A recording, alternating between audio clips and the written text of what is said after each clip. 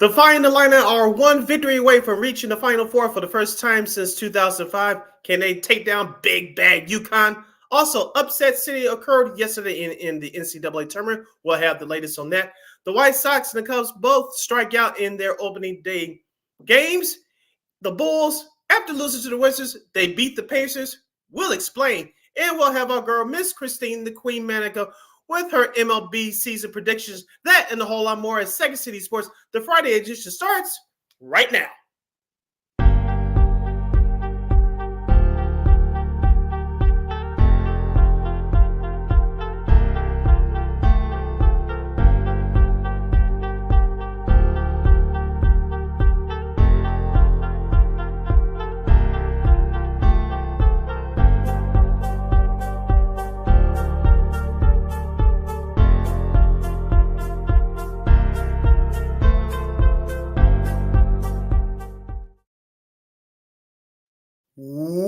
Welcome to the Friday edition of Second City Sports. We're live and in living color right here on Sports Soul Chicago, along with Miss Christine Manika, which is she. I am Sydney Brown. Hey, that's me. You can follow yours truly on the Twitter, X, and the IG at SidKid80. Once again, it's SidKid80. That's SIDKID80. That's SIDKID80. You can find my Christine Manika on the Twitter, X, and going in the IG. Be sure to download that Sports Zone Chicago app wherever you get your apps. Please follow Sports Zone Chicago on all social media platforms on Facebook, Twitter, X, Instagram, and YouTube. Please subscribe to our podcast. We are a War Media podcast. That's WARR Media, PODCASTS. We are on all podcast platforms, including the iHeartRadio app. And while you're at it, please give War Media a follow at WARR Media on all social media platforms on Facebook, Twitter, X, Instagram, and YouTube. And thank you very much in advance for your support. Like, share, subscribe, and tell your friends. We're unapologetically fun, and we have very definite opinions. If you have any definite opinions during our 2-hour extravaganza, we call it Sports Talk Radio Show. You can always find us at Sports Zone Chicago's Facebook page or at Sports Zone Chicago on YouTube. Type in those questions or comments in the comments section. Let you know and get them up on the screen for you. But you decide to troll and or do something silly, dumb, or stupid, I've given Lakina full powers to give you full ability and be a beat. Toodles. But before we begin, we must remind you can catch Sports Zone Chicago live in their living color, especially right now on Roku TV. That's right. So celebrate the squad and get with the program. Sports Zone Chicago is now available on Roku TV. If you already have a Roku television, just tap on the sports folder and download that Sports Zone Chicago app. If you don't have a Roku television, but you have some handheld devices laying around, iPhone, iPad, iTouch, your Chromebook, or your PC or your Android, just hit up the Google Play Store, download that Roku TV app, and access Sports Zone Chicago through that avenue. So no more excuses. Celebrate the squad and get with the program. Sports Zone Chicago is now available on Roku TV. 24 hours a day, 7 days a week, 365 days a year. Live and on demand. Anytime, anywhere.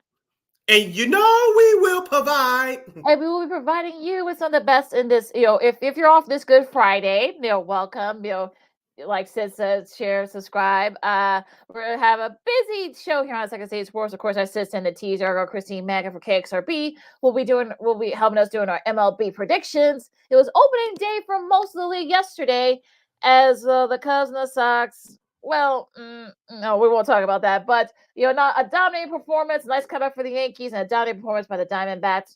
Also, too, of course, a strange week, as usual, I guess, for the Bulls as they lose to the Wizards, but they dominate the Pacers. Okay. that kind of season for the Bulls so far.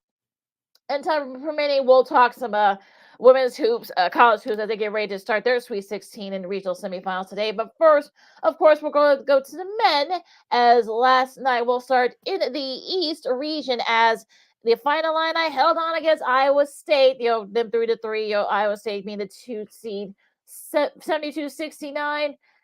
And really, I guess, Terry Shannon Jr. Was sort of like a one-man, not really a one-man wrecking crew, but I guess, he was the one that kind of led the way for everybody. 29 points for him, and including a big seal that sealed the win for the Illini over the Cyclones. the Cyclones couldn't get it going on offense, so it wasn't like the Illini was dominant on they had their own shooting issues as well. So like I said before, I said on Twitter and I said to people, look, the Illini benefited from a good defense, especially late, and also too Iowa State just couldn't get it going on offense. It was the tale of two halves for the Fighting Illini. In the first half, they came out shooting lights out, guns blazing like they always do. Of course, when Terrence Shannon got in foul trouble, the offense went along with him, especially midway through that second half. That's why the Iowa State Cyclones stayed in the game. Now, in that first half, Lakina, as we talked about before, when the shots are not falling for Illinois, especially it happened late in that first half. They're supposed to drive the ball to the backside. They started to do that a little bit, but they got away with it in the second half.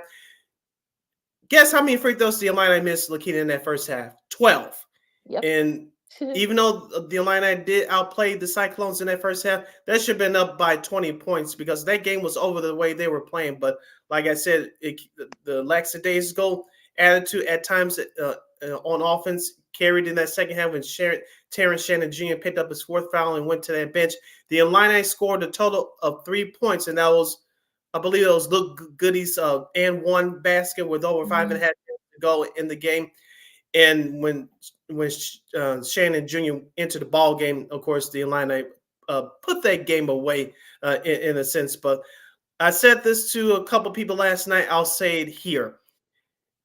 I'm worried about the Illini. I know we'll get into probably more in a minute, probably in our next segment, the next half hour. But if the Illini play like this against UConn tomorrow night, heaven forbid they get in foul trouble and or they shoot bad and not be aggressive, taking the ball to the basket with a little bit more authority, they're in trouble. This is Second City Sports on Chicago. Lakina McGee, Sydney Brown with you. We're reviewing the East region here. Of course, the Illini advancing for the first time since 2005 to the Elite Eight here on Second City Sports. Now, I think of it as a different way. Like I said, Illinois wasn't really shooting lights out. They were missing their shots as well, and the free throw shooting especially. So for me, I kind of look at this and say, you know what? Iowa State had their chances to get ahead, or even perhaps maybe win it. Trey King had a big, missed a big. I don't know what happened there. I don't know why he didn't try the ball. Good was nowhere near him.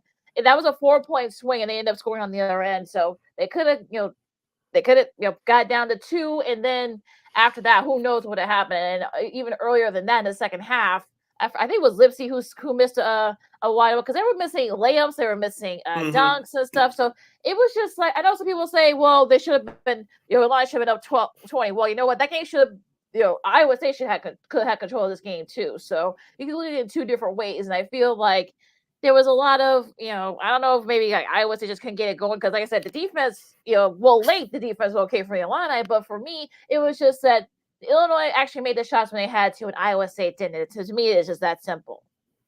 I will point out this one thing that was consistent about the Illini last night, and this is another thing we talked about with this Fighting Illini team throughout the season.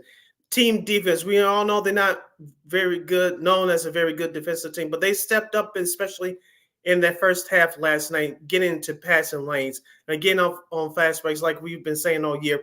When the Illini get out on the fast break, they can use their athleticism. They can run with just about anybody in the country. And their defensive pressure was tremendous through the first 20, 30 minutes of the game time. But like you said, when Terrence Shannon Jr. re-entered the ball game, I believe with under 5.5 minutes to go, and of course he had that big steal in the dunk, which basically sealed it. The Illini's defensive intensity picked up again.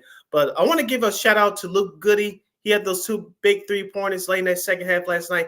And Coleman Hawkins, who I think personally he should average between 15 and 17 points a game.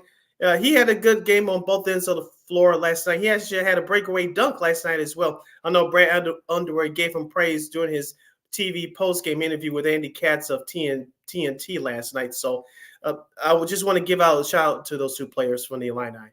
Yeah, like I said, they stepped up late, but like I said, I mean, it was like this was a dominant performance by the Illini. So, for me, I guess this kind of like a yin or yang with this. So, I mean, look, I think I always say, like I said, just couldn't get it going on offense. Yes, you could give credit to the Illinois defense, but at the same time, they just weren't making their shots. To me, it's usually in these kind of games, it's usually it's just as simple as that. It's nothing. It's not rocket science or anything like that. It's just like simply just the fact that look, they executed, Iowa State didn't, and that's how their Iowa State's going home and Illinois is advancing. So speaking of who they'll be playing against, and Iowa State's good, but UConn's at a whole different level. They're actually only up 4 early on, but they kicked it into gear at halftime, and UConn, they beat San Diego State, probably one of this is a rematch of the title game from last year, and after a while it just wasn't a contest, and it was just like one of those things where they just basically just dominated. They actually are in the Elite Eight for the first time since Florida was the last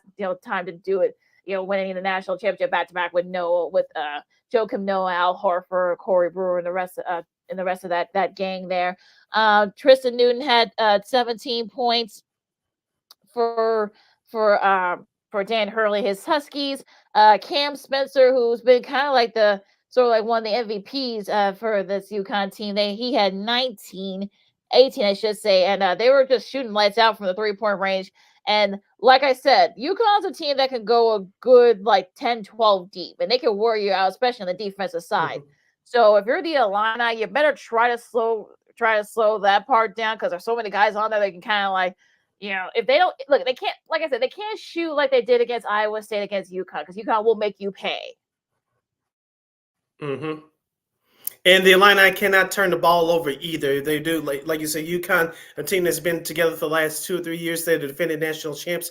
They're going to take advantage of your mistakes and then make you pay for it, and make you pay for it right away.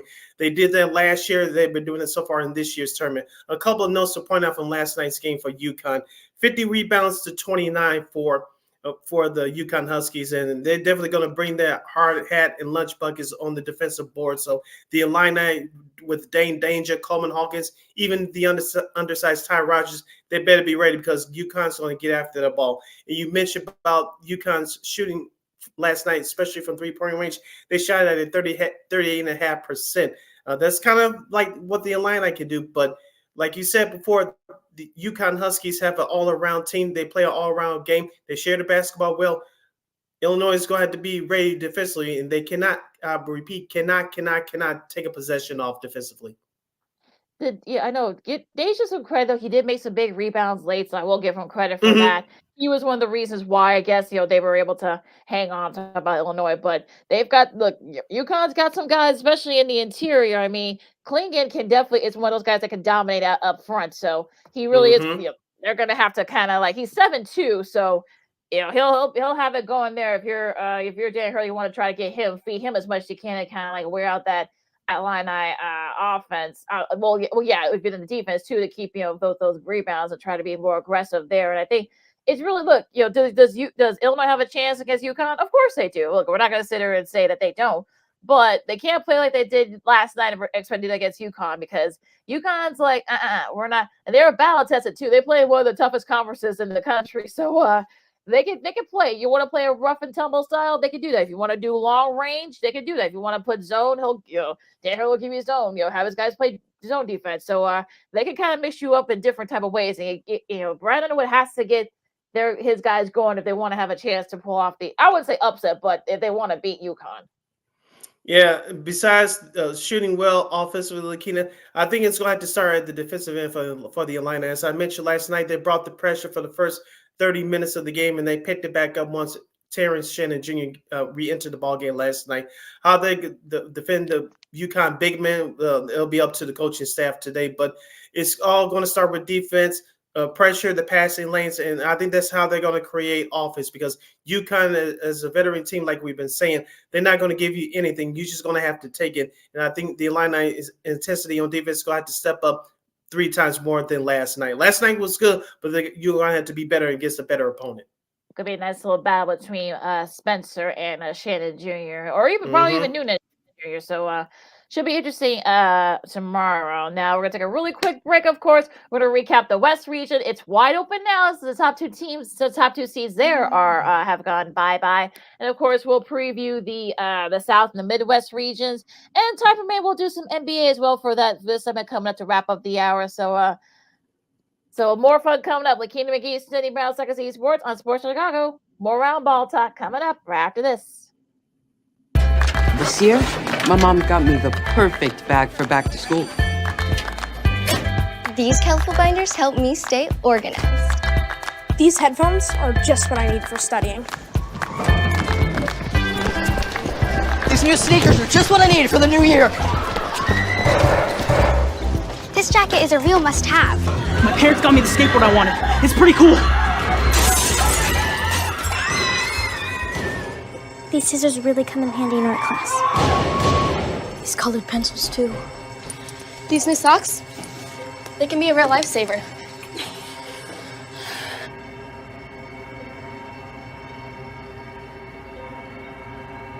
And I finally got my own phone to stay in touch with my mom.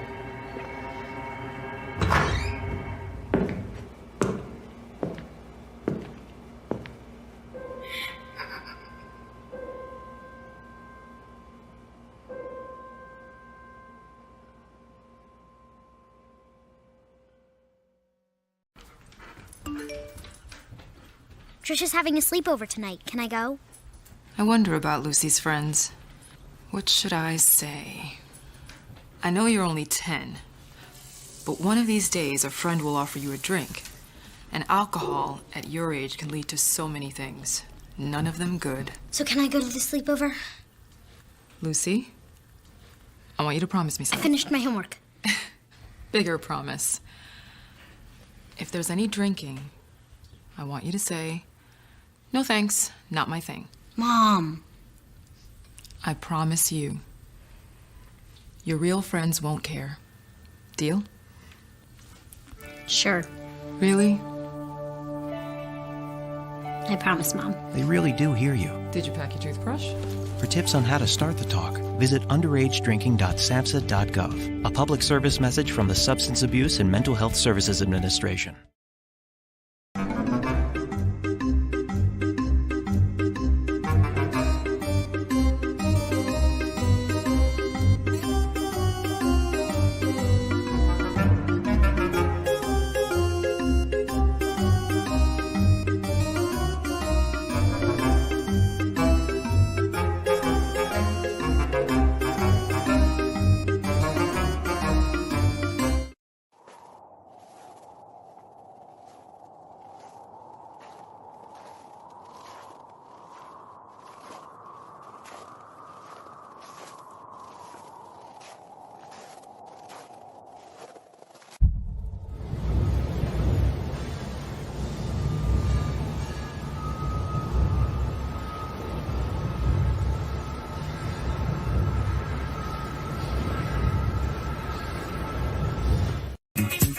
Hey, this is Dr. J, and I listen to Sean and Maya in the morning.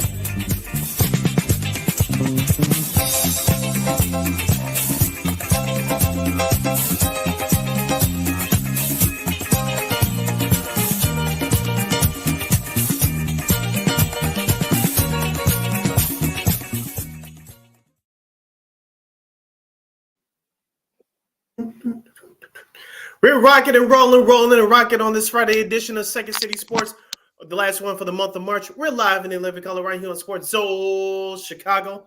I'm Sid. That's Lakina. You can follow yours truly on the Twitter, X, and the IG at SidKid80. Once again, it's SidKid80. That's SIDKID80. That's SIDKID80. You can follow my Lakina McGee on the Twitter, X, and the IG. We have less than 85 minutes left or so in this extravaganza we call a Sports Talk Radio Show.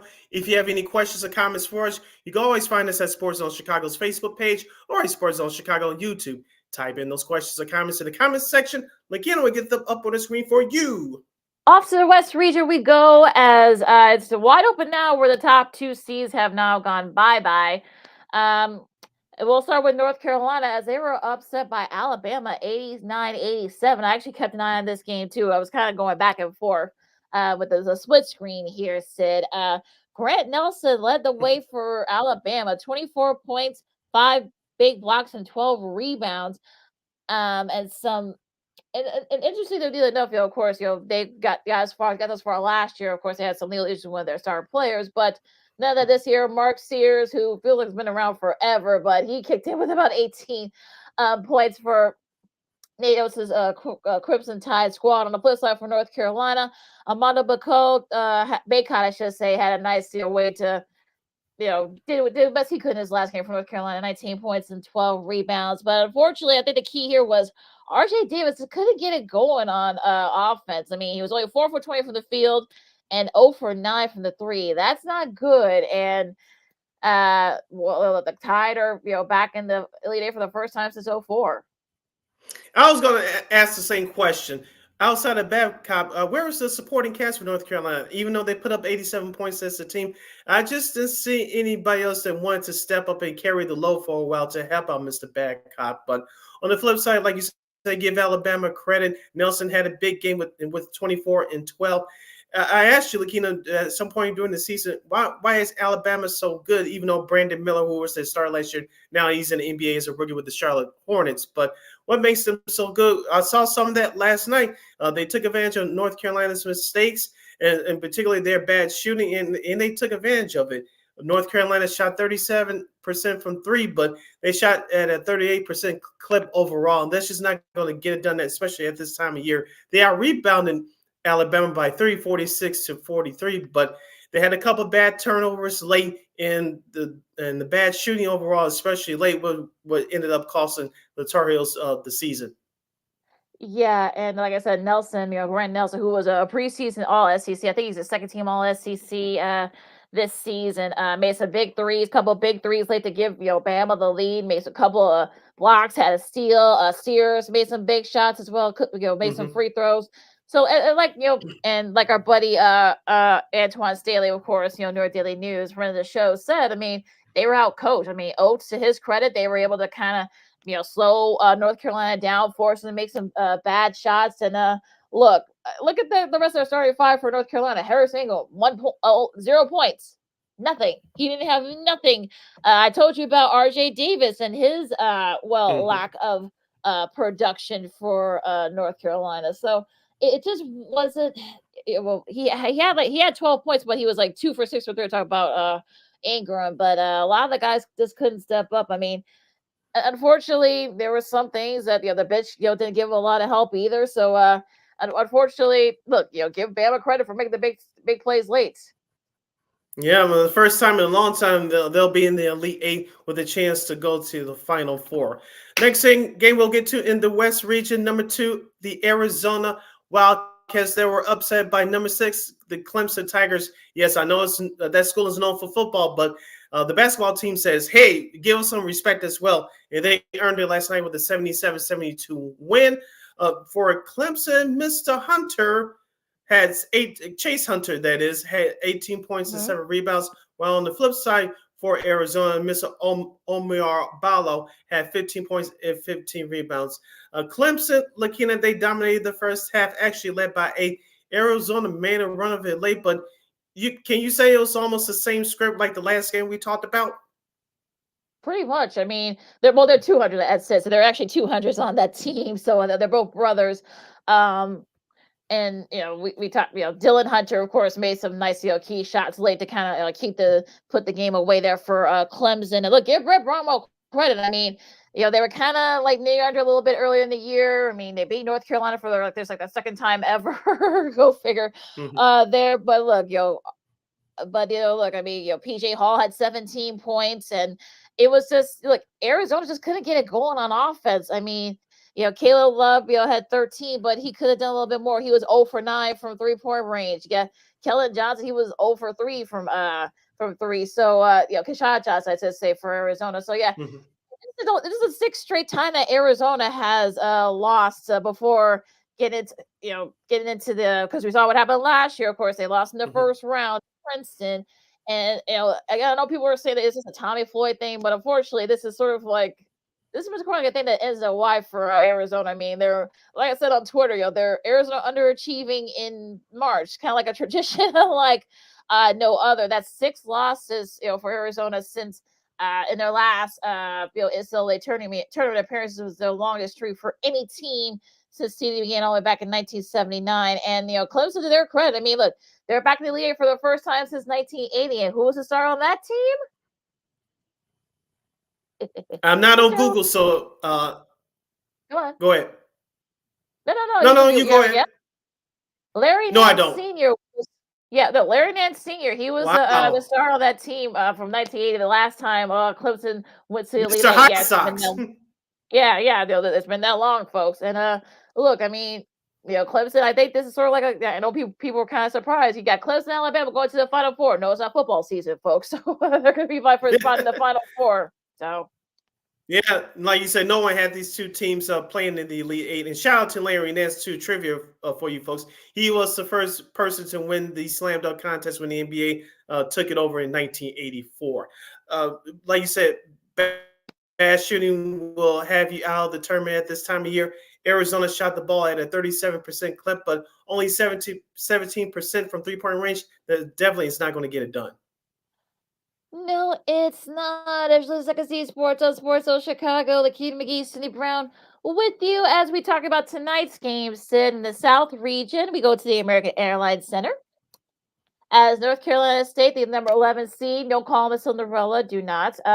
They face Marquette, and we'll see if the look. I mean, we've been saying like, could fatigue be a factor here for North Carolina State? It hasn't so far, but they're playing a Marquette team that's very physical and they can wear you out. So it could be one of those games where, like, look, we'll just have to see, who can kind of, this could be a little bit of a slugfest here. Yeah, we'll see what the Wolfpack's big man DJ Burns, all 275 pounds of him. I wish he was playing the defensive tackle for the Bears, but that's a whole nother issue. But he's going to have to be ready because, like you said, the Marquette is a very physical team, and DJ Burns is going to have to stay out of foul trouble as well. If he can do those two things and dominate inside, NC State definitely has a chance. But I want to see what Marquette's guards can do against DJ Horn, because Shaka Smart is going to have those guys running as well. And they're more athletic than North Carolina State. I know NC State, as I mentioned, they have the DJs, DJ Burns and DJ Horn, but watch out for Pat O'Connell as well. He's been hitting some big shots, not only in the ACC tournament, which saved their season almost 2 weeks ago tonight against Virginia, but he's hit a couple big shots in this tournament as well. So NC State has some ballers, but I think Marquette has some better guard play, and they're a little bit more athletic than the Wolfpack. So if you ask me, who am I taking here? I'm taking Marquette. Even though I'm rooting hardest, for NC State, I think Marquette will come out as a winner. It's really going to come down to the guard play. You say Cam Jones going to step up a little bit for Marquette, and like I said, it's going to depend on who can kind of get the king to get to which they can get the other to adapt to their style. That's going to be the key here. They'll be in Dallas at 6:09 will be the tip off. They'll be on CBS for this game. And let's go to the Midwest region, and this should be a good one here. These games is they're up in Detroit, Michigan, Little Caesars Arena, where the Pistons play. Number 5 Gonzaga against number 1 Purdue. I mean, look, Gonzaga, I'll give them a little bit of credit. They've been, they were shooting the ball very well. They dominated Kansas, but you got, there's a 7'3" guy over at Purdue that's probably going to win all the National Player of the Year honors. You're going to have to try to slow him down, and it'll be a tough task for Gonzaga, so we'll see. I don't know how Gonzaga can defend Zach Edey. I think you're just going to have to let him cook and shut down everybody else from the Boilermakers. I don't know if Gonzaga can do that, but I would like to see them at least try that game plan for a few minutes to see if that works. But as you mentioned, Purdue has been playing very well in this tournament. All starts and ends with Zach Edey. I expect them to have a monster game against that weak front line of the Bulldogs tonight. Purdue should, I'm using air quotes here, should win this one going away. Yeah, it's really gonna depend on. He's gonna need some help though too. Talk about Edey, Lance Jones, and I forgot that guy. Oh, Trey Kaufman Rain. That's what I'm talking about. It's gonna have to help him out a little bit there. If you're Purdue, you want to try to jump on Gonzaga early. Use Edey's sort of strengths. Keep him out of foul trouble. Keep him on the floor. Let Gonzaga try to wear him out. Try to beat you from 3 and. Maybe you can kind of like end this game pretty quick. So that should be a fun one. That'll be at 6:39. It'll be simulcast on True TV and TBS. And the second game in the South region in Dallas should be a good one. You got Duke and Houston, the number 1 seed there, Houston. And I'm looking forward to this one. I think this is going to be probably one of the games of the day here. And I really feel like, look, Duke's kind of quietly. I know people are kind of like, and I'm sure John Char probably prefers it that way. That that his guys are not getting a lot of attention. But Houston, look, Texas A&M kind of gave you the formula. So if you're Duke, you want to try to wear Houston out and try to kind of like because you can go Houston's not that deep. So if you want to try to beat Kelvin Sampson at his own game and try to wear him out. Yeah, also too, Houston has some good guards, especially with Kenny Shedd leading the way at point. When you mentioned with Duke, we talk about Philip Kowski, but they have some playmakers as well at the guard position. So I think even though the physicality may become a factor, I think the run and gun game to it, a lesser extent, will become a factor as well. I know, as you mentioned, the game is in Dallas, Texas, but Houston's going to have a home court advantage because I think they're going to have more fans than Duke fans. I think that's going to give them a huge factor there. But I think Houston will have enough just to win. Like you mentioned, give Duke credit because no one's talking about them. I know their teams are not built like they were in the past, but I think Houston has a little bit too much. They do have a slight home court advantage. Even though the game is in Texas, in Dallas, I think that's going to carry the day for the Cougars. Yeah, Jared McCain against Shed, that should be a fun one in the guard play. It's really going to depend on like who can adapt to which style of play. So yeah, this could be a good one. That games will be right after the NC State Marquette game on CBS, and the nightcap down in Detroit, up in Detroit, I should say. I got Creighton, number 3 Creighton, number 2 Tennessee. I think if you're Tennessee, if you're Rick Barnes, I think if you want to try to get Connect going, you want to try to get the other offense going, and you can't really afford to sort of have that. They have had a slow start this tournament, which is good. Texas kind of gave them a little bit of a push, but look, like I said, they play in the SEC, so they're battle tested. So for me, it's going to be get Connect going. I think that's going to be the key if you want to try to slow down. If you want to get the Vols going and beat the Blue Jays. Also, too, I think it's going to come down to shooting, especially 3-point shooting. We know how Creighton does it better than anybody in the country. You mentioned playing in the Big East, but Tennessee, well, like you said, with Dalton Connect can shoot it as well. So I think it's going to come down to 3-point shooting. Whoever shoots it the best, I think is going to win this ball game. I not predict this going to be in the high 90s into the hundreds. I think it's a little bit of a stretch, but I won't be surprised if it's in the upper 70s, lower 80s. And we'll have to see if fatigue is going to be effective for Creighton because they play that double overtime throw against Oregon. They ran out against how Oregon did, and you wonder like, look, you can get them all, catch them off guard because I've seen games this year where Creighton doesn't shoot very well, and you can kind of take advantage of that. So if you're Rick Barnes, you want to try to kind of get them to force the threes and try to beat you from the three, and if they're not shooting it, they can kind of follow that. So like I said, it should be interesting to see what happens, but this should be a good game too. And this game will be the nightcap on True TV, simulcast on True TV and TBS at 9:00 up in Detroit. All right, you're listening to Second City Sports on Sports Zone Chicago. Sid Lakina hanging out here with you. We'll get to the NBA in just a moment. Quickly, Lakina, here's the schedule for tomorrow, Saturday, as we'll hand out bids to who's going to punch their ticket to the Final Four. Tomorrow night, Saturday at 5 p.m. Central Standard Time on TBS. Number 3, Illinois will face number 1, UConn and TD Bank North Garden in Boston. Who do you have in this one? Like I said, it's really going to depend on how, like I said, if Illinois can try to slow down UConn, that's going to be a tough task. But if you try to slow them down, they can kind of get it going, and they have a shot. But I think UConn has too much firepower, and I really think that's going to be the key. So I think UConn, it won't be a blowout like last night against the Aztecs, but UConn should be able to win this pretty handily. Sorry, U of I guys. Yeah, my head says UConn. I'm going with my head. But if Illinois wins, I'll be happy to say on this program on Monday that I was wrong. So we'll see what happens there. And, of course, tomorrow night at 7:49 p.m. Central Standard Time on TBS in the West region, Alabama versus Clemson. I'm going with Clemson here. Really? Okay. I'll say Alabama. I think they're playing good at the right moment. I know they lost early in the SEC tournament, but I think they can. I think this is sort of the key to trying to get it going at the right time. They kind of remind me of UConn a little bit. I'm talking about Alabama from last year. They lost early in the Big East tournament. They kind of got it going, got hot late, beat the number 1 seed in their region. So, well, actually, I think that there was a lot of that going on in that region, but Alabama's very similar. They're getting hot at the right time. So I'm taking Alabama. All right, those are two games will be taking place tomorrow night in college basketball. Of course, the Sunday schedule will be determined after tonight's final games here. They'll be playing tonight.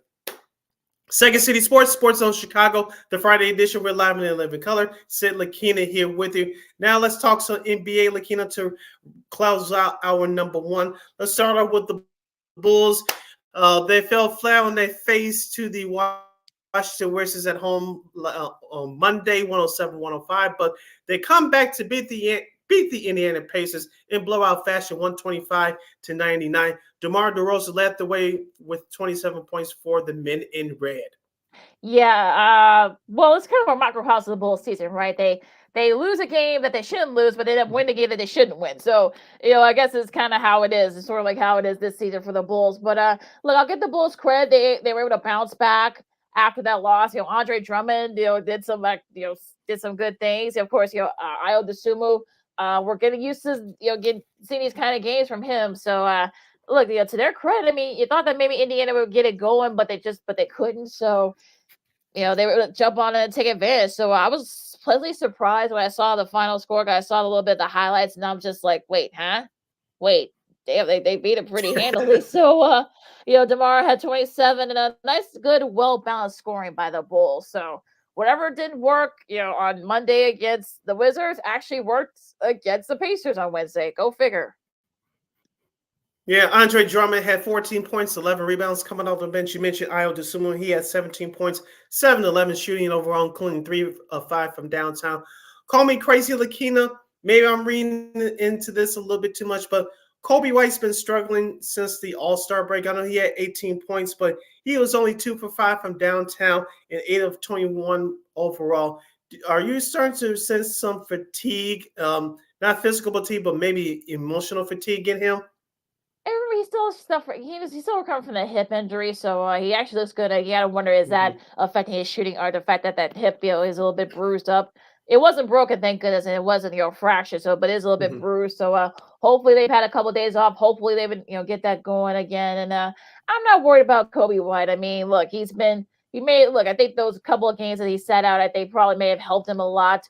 And like I said, he's still recovering from that bruised hip, so that might be playing a part in the lack of struggle in the three-point line. All right, the Bulls will take on the Brooklyn Nets on the road tomorrow night at 6:30 p.m. You can watch that game locally on NBC Sports Chicago. Everybody else, NBA League Pass, and of course, those of you in the New York tri-state area on the Yes Network. Okay, Lakina, let's go to the rest of the NBA. Let's get into it a little bit here with Los Angeles Lakers as they continue their East Coast road trip. On Tuesday, they beat the Milwaukee Bucks in double overtime without LeBron James, but they come back the next night to beat the Memphis Grizzlies without Anthony Davis rest. It looks like the Lakers are starting to get it going. They're battling the Warriors and the Sacramento Kings in that 7th, 8th, 9th, and 10th spot in the play-in tournament. Can we safely say this is finally the right time the Lakers are taking up playing their best basketball heading to the last home stretch of the regular season? Yeah, I think so. I think, look, I was kind of surprised they were to beat Milwaukee. I think they were down about 17 or 18 with only in the fourth quarter.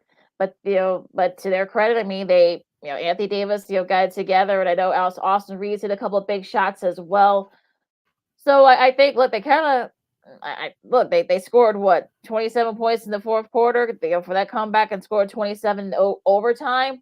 So look, to their credit, I know some people say LeBron has something to do with it, but even though he didn't play, which is kind of weird, but I guess D'Angelo Russell at 29 points.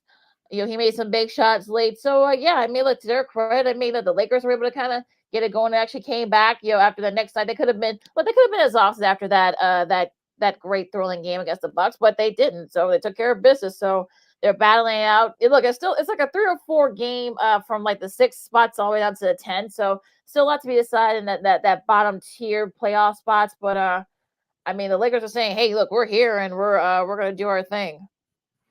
Yeah, and LeBron James, we talked about before, at age 39, he's playing some of the best basketball at this stage of his career. Staying in that Western Conference, Lakina, the Golden State Warriors, they're on the road as well. They beat the Magic 101-93 on Wednesday, but that was not the story.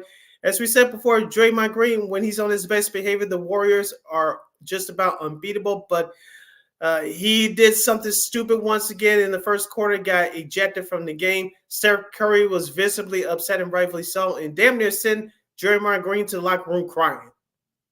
Yeah, and for Jay Williams, who said that some high-ranking NBA exec said that that questioning Steph's leadership, I think that's a little bit rich to say, but okay. What's Steph supposed to do? Lock him, lock Draymond in his house. I mean, like, what is he supposed to do? He's a grown man. So come on now, that seemed kind of silly, but they were able to win that game against the Magic, but again, you hope that this doesn't turn into a big, scuttlebug, going into, down the line. So it'll be interesting to see. But yeah, I mean, that was you could tell that Steph was a little bit miffed about it. Like, you got to be freaking kidding me. If you saw his looks, when Draymond got ejected, like, really. But I'm hoping. Look, you got about 8 or 9 games left. Get the Warriors do, so hopefully you can kind of improve their scene. That way they can host a play-in game. But yeah, it's getting kind of old with Dream. I know he apologized, but it's kind of hollow at this point. Yeah, I couldn't agree with you more. And speaking of the other Los Angeles team, the Clippers, after losing at home to the Pacers on Monday, they started their East Coast road trip with a 1-point win over the Philadelphia 76ers. Also, to the Atlanta Hawks, well, I'm not going to say you can throw dirt on them, but they're just a game and a half behind the Bulls before that ninth spot in the play-in tournament in the Eastern Conference. I want to talk about this game, Lakina. The Thunder, after they beat the Pelicans on Tuesday, they come back home. The Houston Rockets, let's give some love here to Yumike Udoka and that coaching staff. He has his guys now back in the play-in tournament again in the Western Conference. The Rockets have won their last 10 games, and they won a close one at OKC on the road on Wednesday. Yeah, one of the games that they won was against the Bulls, and that 10-game stretch. Mm-hmm. So look, I mean, Jalen Green's been playing very well for the Rockets, and look, the OKC, I think you gotta wonder were they a little bit exhausted, because that was a very tough game against the Pelicans. So you gotta think that coming back home, you had to think that maybe they were still a little bit fatigued, and Houston kind of caught them in the right time. They did force overtime, but you can kind of tell that the Thunder ran out of gas. So I mean, yeah, I think Houston might be a tough out for somebody. I mean, it's going to be interesting to see what happens with the rest of the season, these last 8 or 9 games. Now, as far as the Hawks are concerned, I mean, I know they beat Portland. I mean, okay, Portland's not that good at the moment. And look, beating Boston yesterday, they think they've won like 4 of the last 6 meetings against Boston, so they've had their number recently. Doing this without Trae Young, Dejounte Murray's been really solid for the Hawks. But you wonder, will fatigue be an issue too for them as it gets closer and closer to this last stretch going to the playoffs? Yeah, we'll see what happens with the Hawks. Staying in the Eastern Conference, the New York Knicks went 2-0 this week. They beat the Pistons on Monday at home, and they went on the road on the Wednesday, beat the Toronto Raptors by the score 145-101. As we talk about Knicks trying to get some guys back healthy in time for the playoffs, Julius Randle is still out with that shoulder. Of course, OJ Anunoby is still out, but Mitchell Robinson, who got injured early in the year, we all thought he was going to be done for the year. He's back in the lineup. He played 12 minutes, scored 8 points, grabbed 2 rebounds. It looks like the Knicks are slowly starting to get some guys back. Hopefully, you will hope the other 2 guys that I mentioned return to the lineup. But as of right now, the Knicks just keep on rolling. Yeah, you wonder though. Again, same thing with fatigue. You got to wonder that will that be an issue coming up? I mean, you beat Toronto, okay, and I mean, look, at this point, like I said, the Knicks, they're going to need Julius Randle back, and I think he's going to be the key to kind of like get it going on offense. And look, Brunson can only do so much. Having Mitchell Robinson back is a big plus for them, so that should help them out a little bit there, especially with the kind of taking away some shots from Brunson. But again, I'll believe it when I see it. I'm getting weird Bulls years vibes with Tibbs. Guys get hurt. They can't. A lot of guys can't stay in the lineup. They're in and out. So yeah, I'm sorry. I've seen this movie before a little bit with them. So I'll believe it when I see it. It's all gonna depend on matchups. That's all I'm gonna say about the Knicks. And also, too, listening to some New York sports radio on both their stations there in the tri-state area, some of the pundits and media, the fans are starting to bring that up too. So we'll see what happens as the Knicks will try to grab home court advantage for their first round series. Just a couple of games from last night. As you mentioned, the Hawks beat the Celtics 132 to 123 in overtime, and the Pelicans down the Milwaukee Bucks at home 107 to 100. As I said for the last couple of weeks, beware of the New Orleans Pelicans. They may play the Clippers in that first round, and if you're a Clippers fan, even though they started off with a win on the road on their East Coast road trip at Philadelphia on Wednesday, if you're the Clippers, you better stay ahead of the Pelicans because you'll definitely need home court advantage against that team in the first round. So the Pelicans are very good, very sneaky. No one's talking about them. So I wouldn't want to play them come playoff time. Zion's health's going to be, he has to stay healthy. He has to stay on the court. That's going to be the key if the Pelicans want to pull off that upset if they do end up playing the Clippers. So that's going to look out there. But he's been playing very well. So is the Pelicans. So we'll see what happens there. Going into this weekend's games, I got Golden State and Charlotte at 6 o'clock as Golden State continues their East Coast trip. The Lakers and the Pacers on NBA TV at 6. This should be interesting. The Clippers and the Magic again at 6 o'clock. That should be interesting there. Detroit and Washington, of course, it's the Bulls. They play Brooklyn. The Nets at 6, and Philadelphia and Cleveland. That should be a good one at 6:30. All right, rounding out the rest of the Friday night schedule for tonight, we have Portland and Miami at 7. Phoenix will visit OKC. Too bad this game is not on national TV, but I digress. The Knicks will head back on the road, and they'll face the San Antonio Spurs. The Nuggets and the Timberwolves will do battle in the Mile High City. Too bad this game is not on national television either, but I digress. And you'll have Houston at Utah, Dallas at Sacramento to wrap up tonight's schedule. Yeah, and Phoenix with a nice big win against Denver. I know Jamal Murray didn't play, but still a nice win nonetheless against look, if you're Phoenix, you really needed that win for confidence purposes, especially. Yeah, you're trying to stay out of that play-in tournament of your Kevin Durant and crew, yes. Yeah, I think that's the last thing that was a play-in. Going into Saturday's games, tomorrow you got Boston and the Pelicans. Speaking of the Pelicans, that should be a fun one at 4 o'clock on NBA TV. Memphis and Orlando, and the second game of the NBA TV doubleheader. I know it's kind of strange how the schedule is, but of course ESPN and ABC, they've got the women's tournament, so that's why you're seeing these games on NBA TV. Milwaukee and Atlanta, that should be a fun one because Atlanta's been playing very well, and Milwaukee not so much.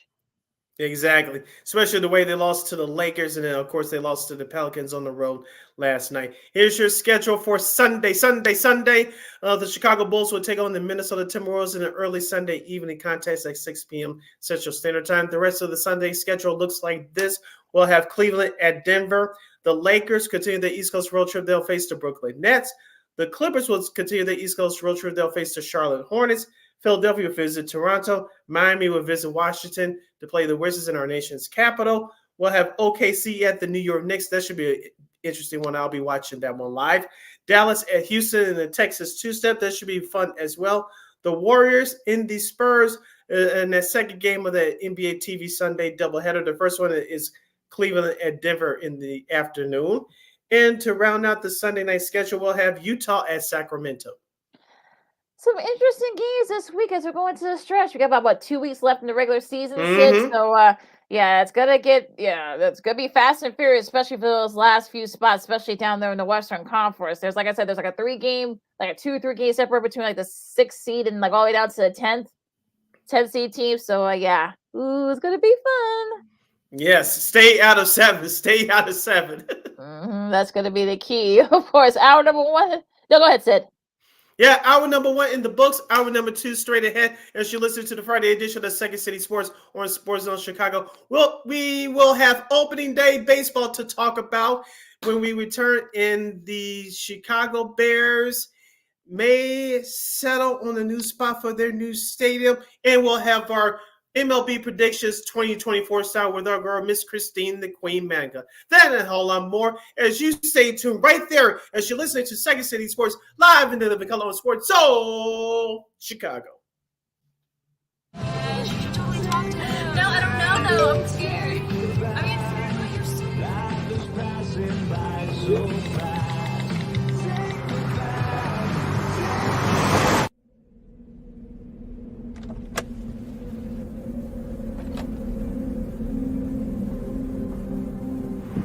know that you're in my lane? No, not at all. Are you not paying attention? Are you texting? I was just checking in with my mom. I was telling her that I thought we'd be home by 6. It's okay. There's enough time.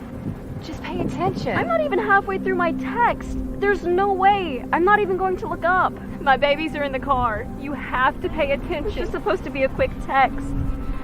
I'm so sorry.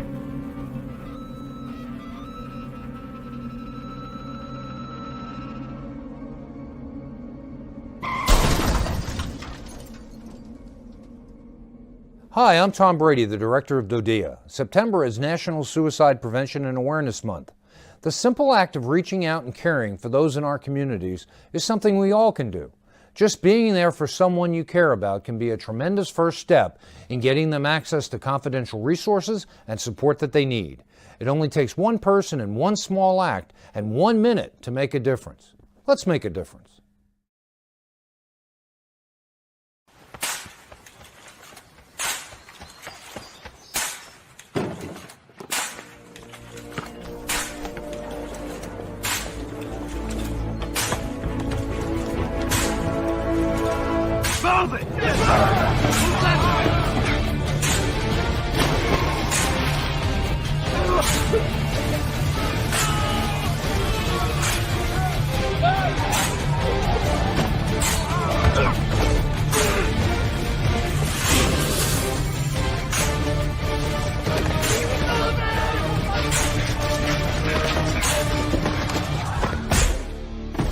Many will hear the calling. Few will earn the title. United States Marine.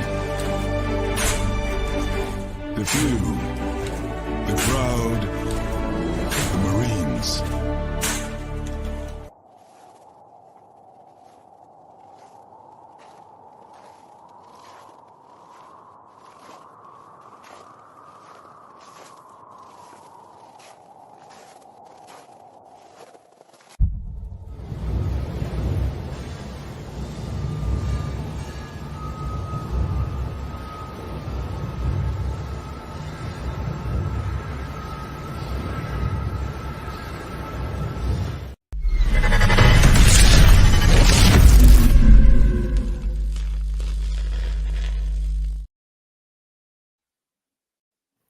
Welcome back to hour number 2 of Second City Sports. We're live in living color right here on Sports Soul Chicago. This is the Friday edition. This is our last Friday edition for the month of March. Thank you very much for joining us. I'm Sid. That's Lakina.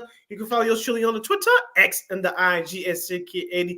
Once again, it's SidKid80. That's SIDKID80. That's SIDKID80. You can follow my Kenny McGee on the Twitter, X, I can't on the IG.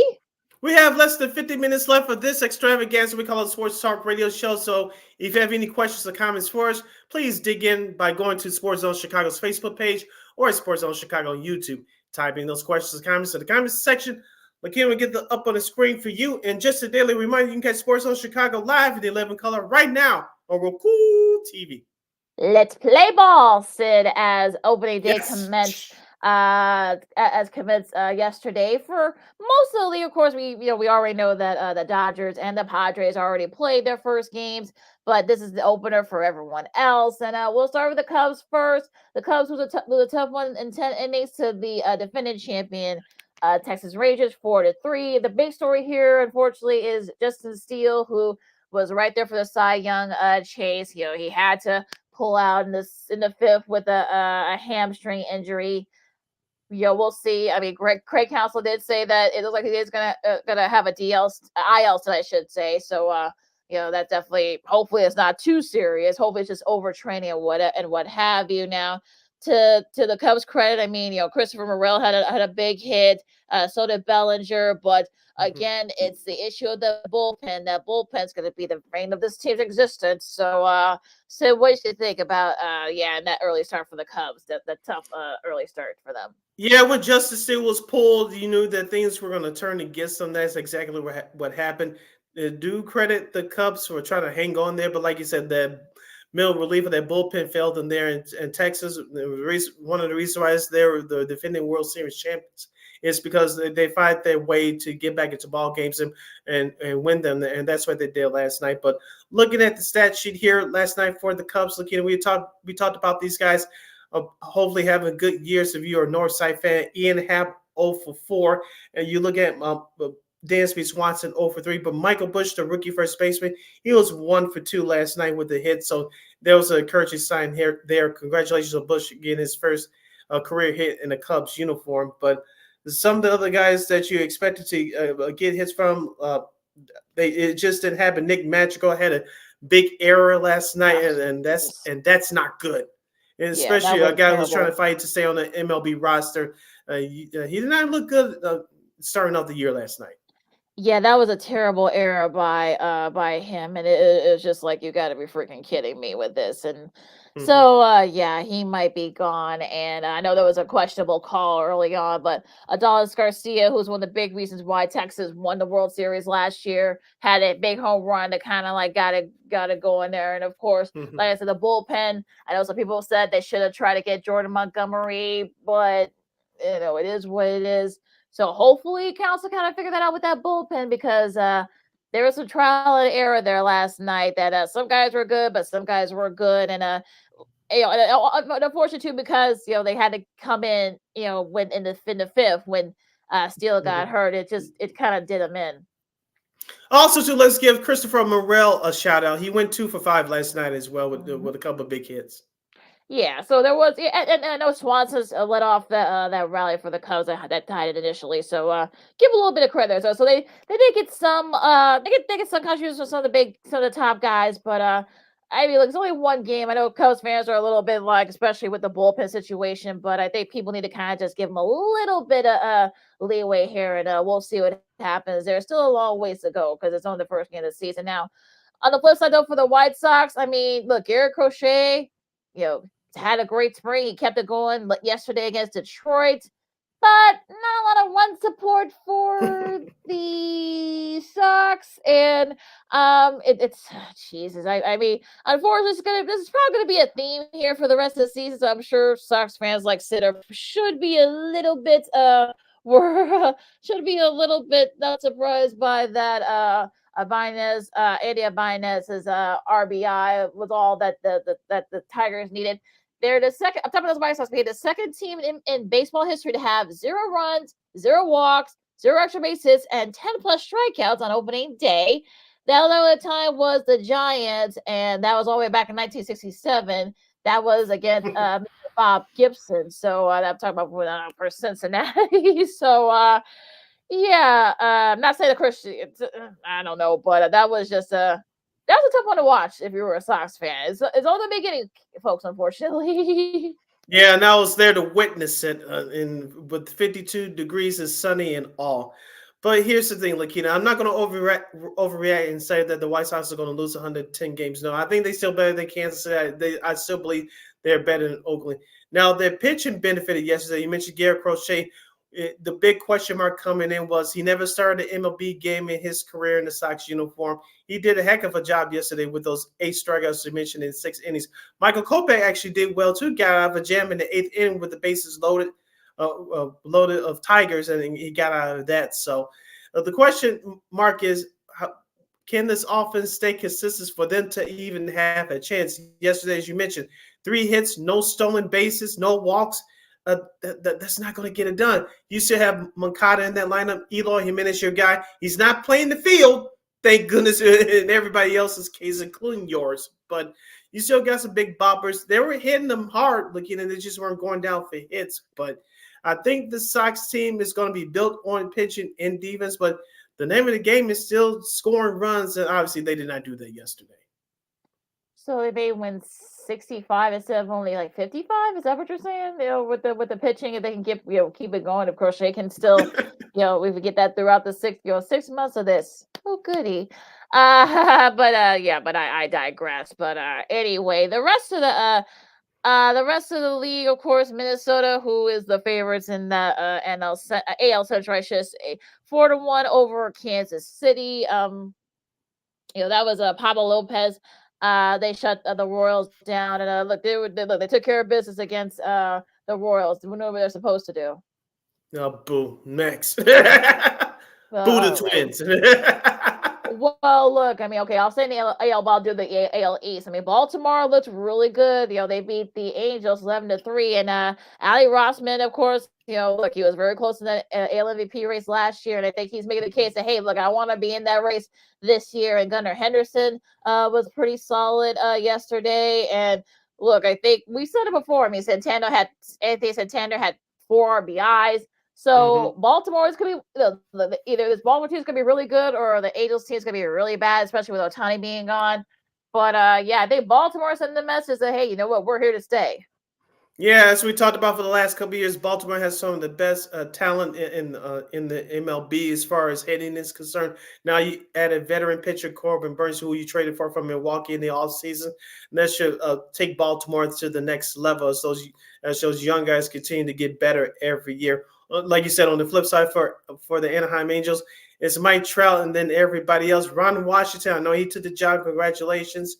He's back managing again for the first time in a long time, but I don't want to base everything off of what happened on opening day, but we kind of knew this was going to be a long year for him in the Angels franchise.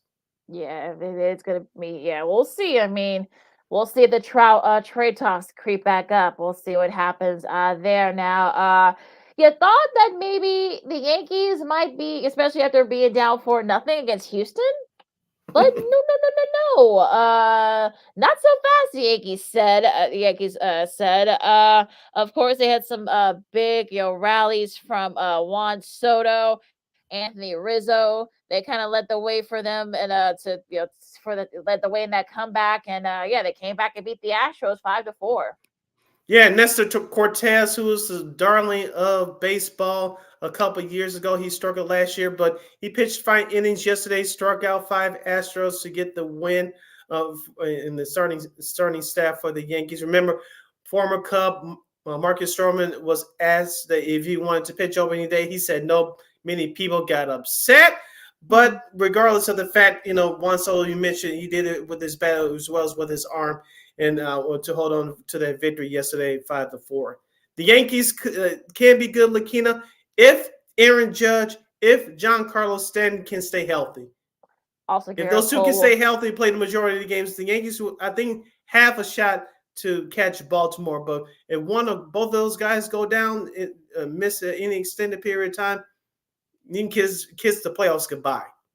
Yeah, hopefully Garrett Cole will be back in a couple of months, and because they're really going to need him if they want to try to at least make it go ahead, and if not in the East, definitely AL East, and definitely, but we'll see. Should be interesting. But Miami and Pittsburgh in a thriller. Pittsburgh held them off 6-5 in 12 innings.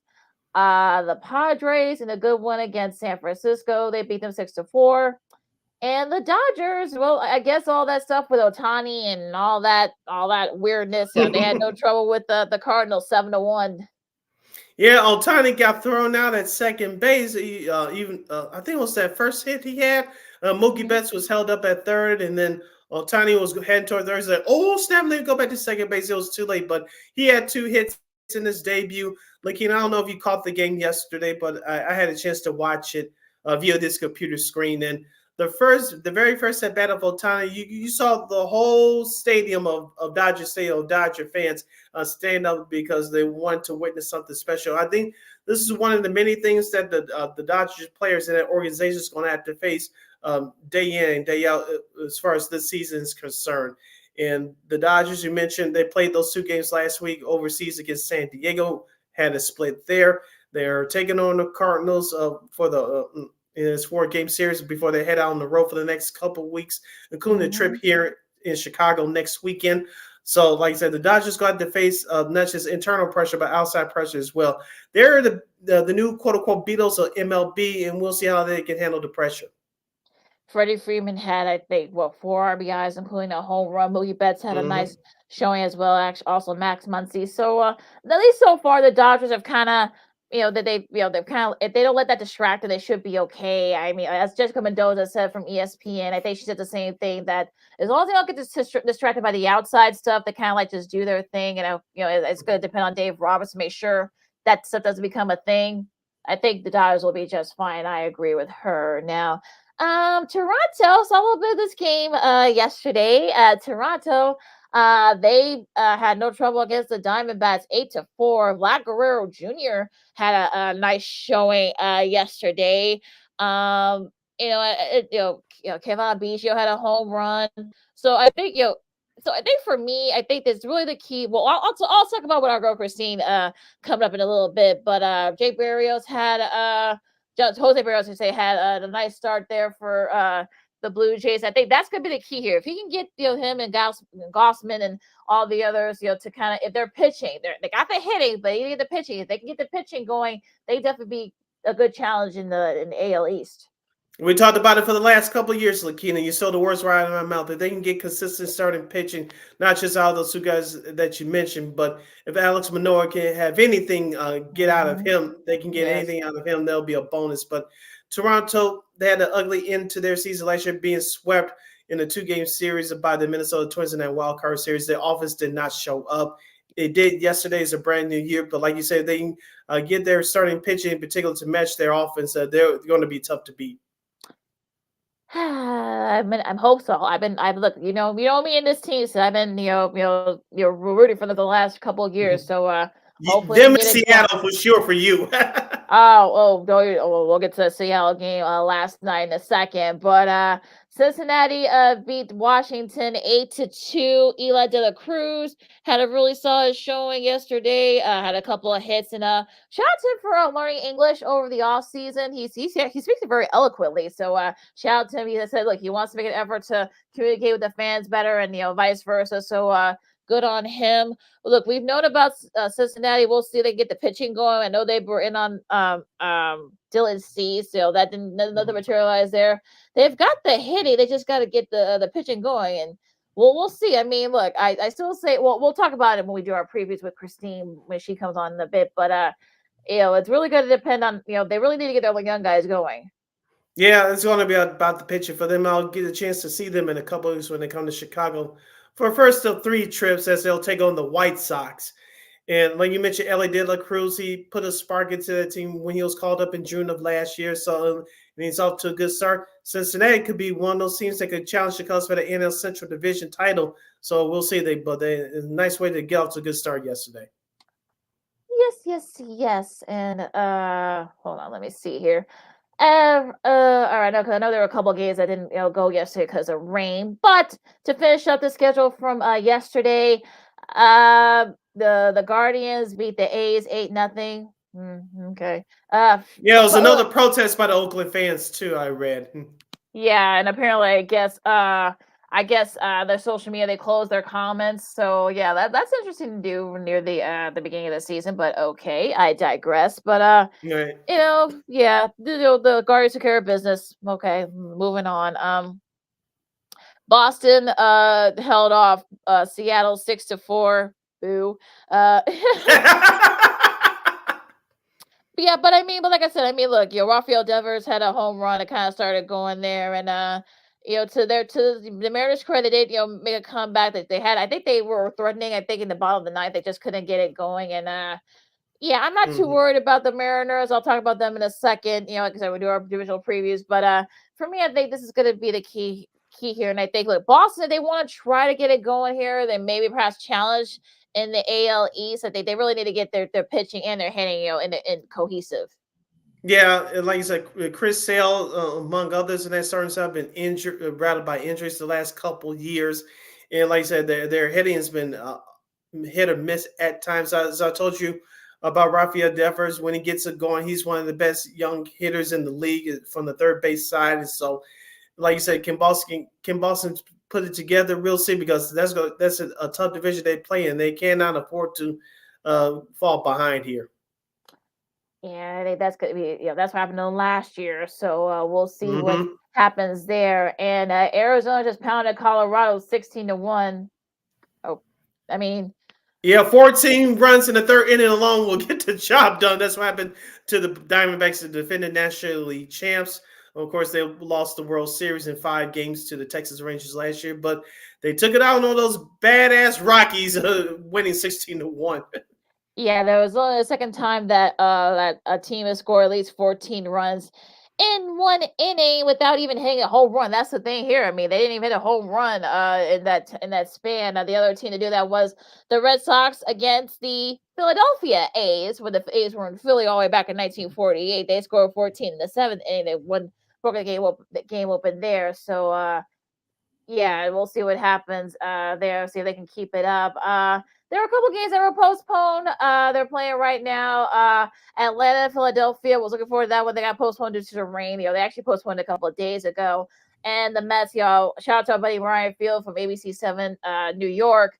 He's been posting some pictures. A beautiful day over there at Citi Field as the Mets are starting their game right now against the Brewers in their series. Yeah, and the Mets lead 1-0 going to the bottom of the third. That's their opening day opponents in Milwaukee Bucks. So opening day for them is going on right now, as Lakina mentioned. Let's run down the rest of the schedule for this weekend in MLB, including your national TV schedule. As Lakina mentioned, the Brewers and the Mets are doing better right now. Atlanta and Philadelphia. We'll have Toronto and Tampa. Pittsburgh at Florida to take on the Miami Marlins, the Yankees and the Astros, Red Sox and the Mariners, the Guardians and Athletics, Rockies and Diamondbacks, Giants, Padres, and Cardinals and Dodgers. Of course, the Cubs and the White Sox will continue their series tomorrow. Of course, this White Sox facing the Tigers. On the south side, of course, the Cubs will finish their series against the Rangers in Globe Life Park in Texas. And your TV schedule, well, actually also streaming schedule too. Apple TV Plus at 7:10. You got the Yankees and the Astros. That should be interesting. Well, after what happened yesterday, that's gonna be interesting. Will Houston bounce back from that? Boston and Seattle. That's gonna be on Netflix and also streaming on ESPN Plus. Also, the second game of the Apple TV Plus doubleheader per se. You got the Cardinals and the Dodgers there at 9:10. So, like I said, all of you guys in those cities I talked about, you're going to have to find other places to stream those games because you're not going to be able to stream on your local television. Detroit and the White Sox are back at it tomorrow. ESPN Plus streaming there. Atlanta and Philadelphia on FS1 at 3:05, I should say. Get your Fox Regional action. You got the Yankees and the Astros. And those of you out west will see the Giants and the Padres, both at 6:15 on Fox. Also on NESN, you got, of course, Boston and Seattle. And shout out to our guy, friend of the show, now MLB insider for Yahoo Sports, Russ Dorsey. He's going to be returning this year as co-host of the Apple TV Friday night pregame show with Miss Lauren Gardner. So shout out to Russ Dorsey, Chicago's very own. So if you guys have Apple TV Plus and have access to those games, support our guy right there. Definitely going to be doing some big days, Mr. Dorsey. So keep shining, my brother. We'll try to get him on, but I doubt it's gonna be too busy. Finishing up, of course, a Sunday night schedule. Here, of course, the Yankees and the Astros finish up their series on ESPN Plus at 1:10 on Sunday. Of course, Boston and Seattle on NESN finish up their series, and also to the first Sunday night baseball, actual Sunday night baseball of the season. You got St. Louis and the Dodgers finishing up their series at 6. All right, and that's your schedule for MLB this weekend as opening week kicks off right here across the country in the good old US of A. All right, Lakina, we got to stretch and take a 2-2 timeout. When we return, we'll have our girl, Miss Christine, the Queen Manika from KXRB joining us. We'll talk Cubs, Sox, maybe a little Bulls, time permitting, in women's college hoops, and of course, our world famous yearly season predictions from Major League Baseball. You're listening to Second City Sports on Sports Zone Chicago. We'll be back right after this. This year, my mom got me the perfect bag for back to school. These colorful binders help me stay organized. These headphones are just what I need for studying. These new sneakers are just what I needed for the new year. This jacket is a real must-have. My parents got me the skateboard I wanted. It's pretty cool. These scissors really come in handy in art class. These colored pencils, too. These new socks, they can be a real lifesaver.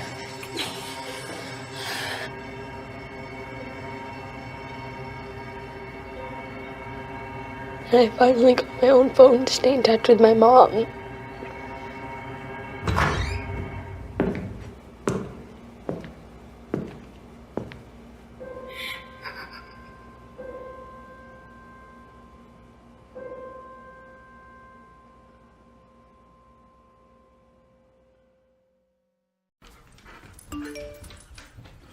Trisha's having a sleepover tonight. Can I go? I wonder about Lucy's friends. What should I say? I know you're only 10, but one of these days a friend will offer you a drink. And alcohol at your age can lead to so many things. None of them good. So can I go to the sleepover? Lucy, I want you to promise me I something. finished my homework. Bigger promise. If there's any drinking, I want you to say, "No thanks, not my thing." Mom. I promise you. Your real friends won't care. Deal? Sure. Really? I promise, Mom. They really do hear you. Did you pack your toothbrush? For tips on how to start the talk, visit underagedrinking.samhsa.gov, a public service message from the Substance Abuse and Mental Health Services Administration.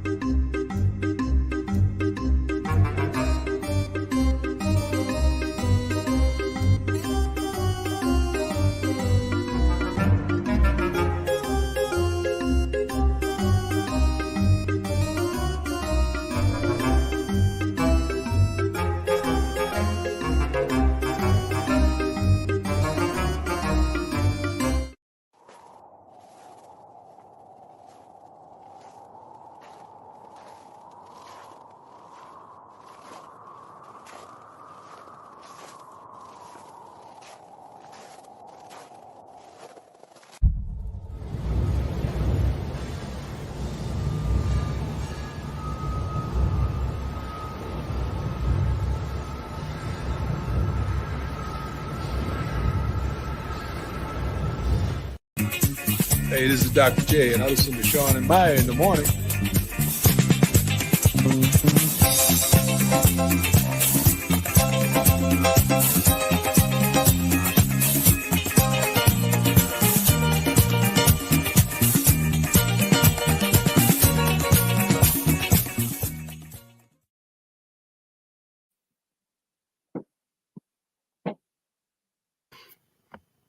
Welcome back to Second City Sports, the Friday edition. We're live in living color right here on Sports Zone Chicago. I'm Sid. That's Lakina. You can follow yours truly on the Twitter, X, and the IG at SidKid80. Once again, it's SidKid80. That's SIDKID80. That's SIDKID80. You follow my Kid McGee on the Twitter, X at KXRB, and the IG. We have less than a half hour left for this extravaganza. We call it Sports Talk Radio Show. So if you have any questions or comments for us, you can hit us up at Sports Zone Chicago's Facebook page or at Sports Zone Chicago YouTube. Type in those questions or comments in the comments section. Lakina will get them up on the screen for you. All right, Sid, she's right here on deck. Without further ado, she's one of our favorites. Our girl, your girl, Miss Christine, the Queen Mac of KXRB. What's up, Christine? Yay! Hi, guys. Happy Friday. Hello. How are you? We're doing good. It's the weekend finally. Yes, happy baseball opening day. Yes, exactly. Yeah. All right. Lakina, go ahead, Sid. Yeah, before we get started, Lakina, can I pull a Tom Jordan? For those of you who don't know him, Google him. Can we give a shout out? Can I give a shout out real quick, Lakina? Of course, go ahead. Good. All right. Of course, I was at the home opener yesterday. Shout out to the guys and gals at Section 108. Go follow them on social media and follow these guys in particular, the Chicago Sports Moms. They also have a podcast. Look them up on YouTube. They hosted a tailgate yesterday in Lot B. Lot B was pumping with music, great food, great people. And if you don't believe me, go look on my social media at SidKid80. It was a great time yesterday. Met some new people, met some familiar faces. Of course, White Sox Twitter is one big happy family. And shout out to the new TV voice of the Chicago White Sox, Mr. John Striffen. I got a picture with him yesterday. He visited Lot B, partying up with many of the fans yesterday. I know he shouted them out on the broadcast yesterday on NBC Sports Chicago. Hopefully he'll do some great things. He's a very nice guy. He's trying to engage himself with the White Sox fans right away. So shouts out to him. Shout out to Chicago Sports Bonds, and shout out to the guys and gals at Section 108. Yes, fair. Yeah, very, very cool. And like I said, he seems like a very nice guy too. I was talking about John, heard nothing but great things about him. And check out great interview that hopefully we can get her on as well. The new Fox 32 sports reporter Tia Nguyen. She's gonna she did a great interview with him yesterday. You can check out her social media. Hopefully we'll have her on at some point. But it was a great interview. We got to know him a little bit. So yeah, seems like a really good guy. And Chrissy, what did you think about? Did you get a chance to see the game yesterday? What did you think about Crochet's? Actually had a solid start yesterday. You know what? I only saw, unfortunately, we tried to get the game here, but we couldn't do that. So I was just watching on social media. And even before the game, I was looking at the schedule to start off for the White Sox. And what a way to kind of give them a little bit of pity right out the gate. 3 out of the 4 series, their biggest rivals. So you have the Tigers right now. The Braves are the next series, which that doesn't really matter. But then you have Kansas City and then the Guardians, Cleveland. And I said, well, gee, this is a way to really take a blow to your season right away. It's going to be a rough couple of series to start off with. But I think that, there could be a little bit something that they got going on there. I rather take a 1-0, a shutout for 1 hit over an 11-3 loss that the Angels had yesterday, or the Cubs that lost in an extra inning. So I'm okay with that. I'm okay with a defensive battle to start off the season. As I told Lakina during our last break, it looks like as of right now, at least the early part of the season, looks like White Sox are going to be built on pitching and defense. The defense didn't look bad yesterday. The pitching from Garrett Crochet to even Michael Kopech, who got out of that 8th inning bases loaded jam, he looked good yesterday. I think the question is for the White Sox, who's going to step up to that closer's role. We all know in a short stretch, it doesn't matter, but in long stretches, bullpen by committee does not work, and the White Sox are going to find it out the hard way. They'll get their what together. But I was encouraged yesterday, but that offense, only 3 hits, no stolen bases, 0 walks. You're not going to win very many games. No, it's all about the hits for sure. Now, do I want Liam Hendricks to come back for a closer? Yes, it breaks my heart that he's over on the East Coast, and I think that's one of the mistakes that the White Sox made. Granted, he's injured, going through surgery after surgery and stuff like that with rehab. But I wish they would have just kept him. That's my wish, but I didn't get it. Sid, while you were at the game yesterday, while you were at the game yesterday, Sid, what did they do for Jason Benetti? I'm curious. Oh yeah, very classy. Go ahead, Sid. I know you were actually there yesterday. Before the top of the 3rd inning, they showed they placed a picture of him on the scoreboard, and of course, Gene Honda said, welcome back. Of course, Jason Benetti is now the voice of the Detroit Tigers on TV. They ran down his resume. Please welcome back Jason Benetti. Of course, he went to Homewood, Flossmoor for high school, and of course, we all gave him a standing ovation. And I did get a chance to catch part of the broadcast from Bally Sports Detroit yesterday. I put out a couple of clips on my social media. He truly did not expect it. He was very surprised by it, but I think this closes a chapter for the White Sox, even though he did end ugly in the offseason by them letting him go. We're not going to go through that again, but it was a very class move by the White Sox and what they did yesterday. And also, if you watch the Detroit, like I said, the Bally Sports Detroit broadcast, Jason Benetti was talking about this with his broadcasting partner, former Tigers player Craig Moreau. But when he was talking, he said he really didn't expect it. He was surprised by the folks at Baker's Pizza. They gave him a free pizza. They did. I saw that. That's his favorite pizza. So that was it's finest. I know there's a couple of the joints that I like, but Baker's is up there. Of course, they're one of the sponsors of the White Sox. But just saying, but they surprised me with Baker's Pizza in the booth yesterday. So it was pretty cool. Well, that's nice. And I think it could be a little bit comforting for the White Sox fans to know, too, that it was just a surprise to Jason as it was to us. So it's good that, for the fans, at least we're on the same page in that realm. Yeah. Yeah, that was actually pretty classy by the White Sox. I know however, it came about. I know it was pretty bad, but I'm glad that they did, was classy enough to give him nice little tributes and gave him free food. So that's how you get him, get him in on your side for free food. So very classy move by the White Sox. So okay, that was actually pretty cool. All right, so all right, guys. Let's do our MLB division predictions. So we'll start in the AL East. Sid, you start. The AL East, will just do American League division winners first. AL East, I'm going with Baltimore. Of course, the AL Central, unfortunately, I'm going with the Twins. Overrated bums. But anyway, and of course, in the AL West, I'm going with Lakina's Seattle Mariners. Ooh. Okay. All right. Christine?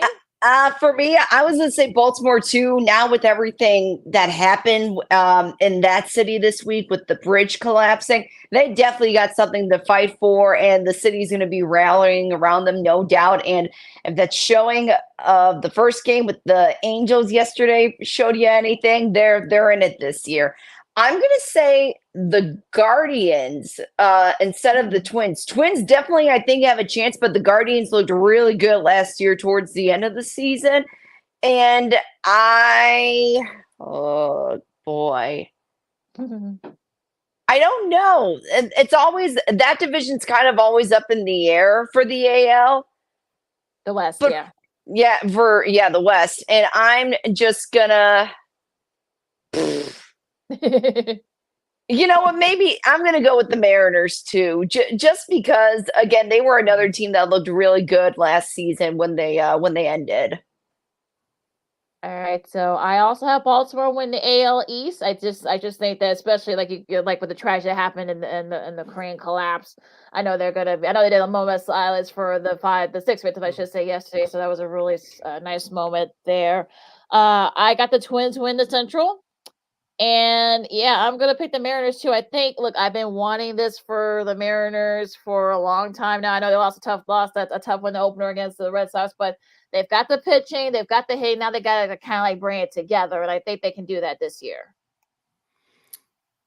All right, the 3 wildcard teams in the American League. I believe it's 3 wildcard teams. Lakina, correct me if I'm wrong. Yeah. Okay, you got good. it. Yeah, it is. My 3 wildcard teams from the American League. I will go with Texas. I'm going with the Yankees. And for my 3rd wild card, I'm going to stick my neck out. I'll say Toronto. So my 3 wild card teams from the American League: Yankees, Toronto, and Texas. Okay.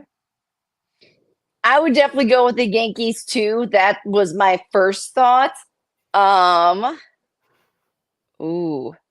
See, this is always so tough to start off the season because it's always so tough. Yankees definitely. I'm trying to think who else. I know. Give me the Jeopardy sound. Why don't you? Thank you. I'm trying to think of the other teams that were kind of really big, not just not just kind of towards the end, not just the entire season, but kind of towards the end. Yankees, I'll say. I think Texas too, just because they always show out. And then, I don't know, come back to me. I don't know the third one. One more. I know. I need one more. Well, I'll let you think. Yeah, I'll go ahead. Thank you. Yeah, I'll go ahead and do mine. I've got the Yankees, so they can stay. Everyone can stay healthy. I got the Blue Jays, and I'll also say there's some other franchises. I'll say Texas because they always find a way to to get into that to the playoffs somehow. So, and I think they're definitely even better than what they were this year. Even though I got the Mariners win the West, so that's good. So mine are the Yankees, the Blue Jays, and the Rangers. Okay, I'll help Christine out a little bit. Yes, it says you said Yankees and Texas. I said yes, Yankees and Texas because I mean they looked good yesterday. Yeah. All Okay. right. So Will the third wild card spot come out of the AL Central? Yes or no? Since I didn't say the Twins, I'm going to say the Twins because they're obviously really good. They're really good, but I think just the Guardians had a little bit more of an edge on them last year. So I'm going to say the Twins for that. Good point. I didn't want to include the Twinkies, but I guess I am. So she has the Twins over the Astros for that last wild card spot. So all three of us have Houston out of the playoffs this year. I know Dusty Baker's retired as manager. They got, I believe, Estrada now as the new manager. So we'll see what happens. All right, the National League. I will start. In the NL East is easy. It's the Atlanta Braves. In the NL Central, I will go with the Cubs, and I think they'll win 89 games to do so. It shouldn't have to take that much to win that division, even though I think that division could be very competitive. So I'm going with the Cubs, and I'm going with 89 wins for them. In the NL West, it's pretty simple. It's the Dodgers. Yeah, I'm agreeing with all three of those. The Braves right off the bat. Cubs, as much as I hate to admit it, Cubs. And I don't know. And for the Dodgers, yes, they have the weapons, but now they have this giant cloud with the Shohei Ohtani business. Right. So it depends on how they're going to handle the drama outside of the field. They have great talent, all the teams. So that should keep them afloat. But if the drama is as bad as what it appears to be, and I don't know about you, but that Shohei Ohtani press conference, even though we can't understand what he's saying, we can only understand through the interpreter. It sounded pretty much rehearsed. It was very to the T of what he wants us to know, but what he doesn't want us to know. I saw something the other day that read for a reporter that's covered him the most. He said, for as many times as I've talked to Shohei Ohtani, I know nothing about him. That's just how much of a private person he is. But I digress. So I'm going to go with the Dodgers, only if they can keep going amidst the drama. Yeah, I agree with all three with you guys. The Braves for the East, the Cubs. It should take about 88 games, maybe like 86, 89 games for the Cubs to win that division. It shouldn't take no more than that. So I know they lost totally against the Rangers, but I think they'll be all right. And the Dodgers. I think you mentioned earlier, Christine. I said for me, if they can keep that distraction, it's gonna depend on what Dave Roberts and the rest of that team does. I think they have a veteran squad too. So look, they've played in pressure situations, so they know. Boogie played in Boston. Freeman played in Atlanta, so they know how to kind of get it going. And distract and cut out the noise. So I think they'll be fine. I think the Dodgers will be just fine. So I'll start with the wild cards. I'll say Philadelphia.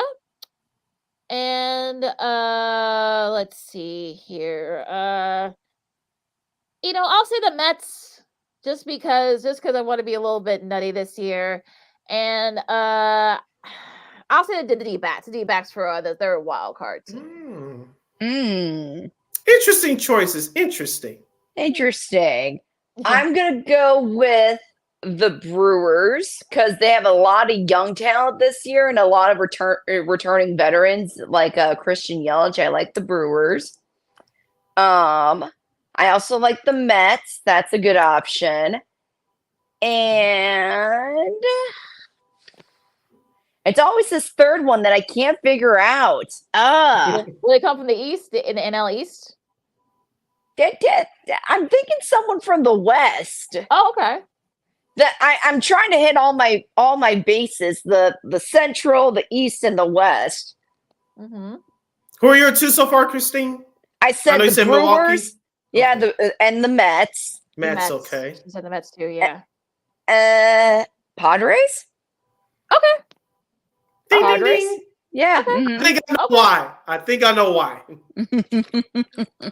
All right, Sid, yours. They got a guy that we don't. Yeah. Right, exactly. He'll be pitching tomorrow against the San Francisco Giants. Yes, he will. Mr. Dylan Cease. All right, my three wildcard teams are as follows: the Cincinnati Reds, the Philadelphia Phillies, And I will go with those San Diego Padres. So my 3 NL wildcard teams, one more again, as the kids would say. San Diego, Philadelphia.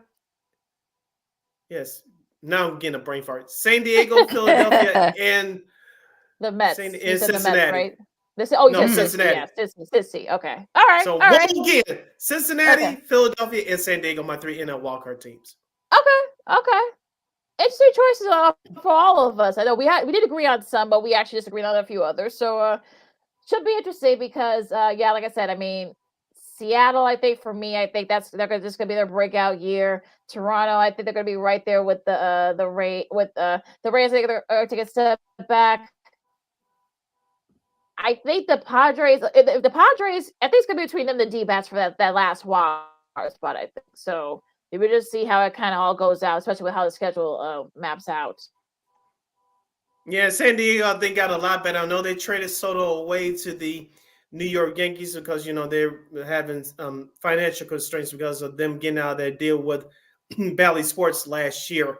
And Dylan Cease, you have him under control for this year and next year as well, as to see if you're going to resign him or not. So he makes that pitching staff much better. So I think San Diego, it will be good to go.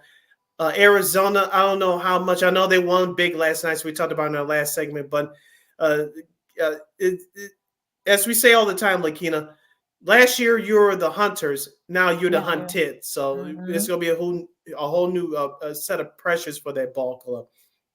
Still a good team, but they're going to face a whole new challenge this year. Yeah, and I think the key is going to be, can they handle it? So we'll be just see what happens with that. So those are our picks for MLB, and I want to reserve the fact that by the All-Star break, we have a right to change them if we want to by the All-Star break. So we'll give ourselves a mulligan, some mulligans here just in case one of our picks doesn't pan out. As the second season Sports on Chicago, Lakina McGee, City Brown, and our girl Christine Manika for KXRB with us for her weekly visit, or bi-weekly visit in this case. Let's talk about the Bears. Of course, the Caleb Williams had his pro day, and then and all this other stuff that's come out about all the pressures and stuff. I don't know if you saw Jalen Johnson's comments or whatever, but what do you think? Of course, I guess there was a video that came out that that he kind of feels. It takes a little bit thin-skinned because I know in LA he had a lot of. But most of the people in LA don't really care too much about USC football unless you're or USC alum or you live near there. So. But yeah, you're gonna have to be dealing with the pressure of playing for the Bears. So we just see how he handles it. No, yeah, absolutely. We all saw, just because he's such a he was such a most watched quarterback in the collegiate world. So I think because of that alone, people did have a closer microscope on him. So they did see him when he cried when he lost against Notre Dame. I was cheering in the streets when I heard that. I was in Rapid City. I was out by Mount Rushmore when I heard about all that, and we were watching the game, and it was a happy day for me. But I think he does need to have a little bit thicker skin when it comes to the NFL. He does tend to take things literally, and I'm sure everybody, you saw the articles about the nail polish and the pink phone and all that. I think he needs to realize that the NFL is going to be way different than the collegiate world when it comes to media.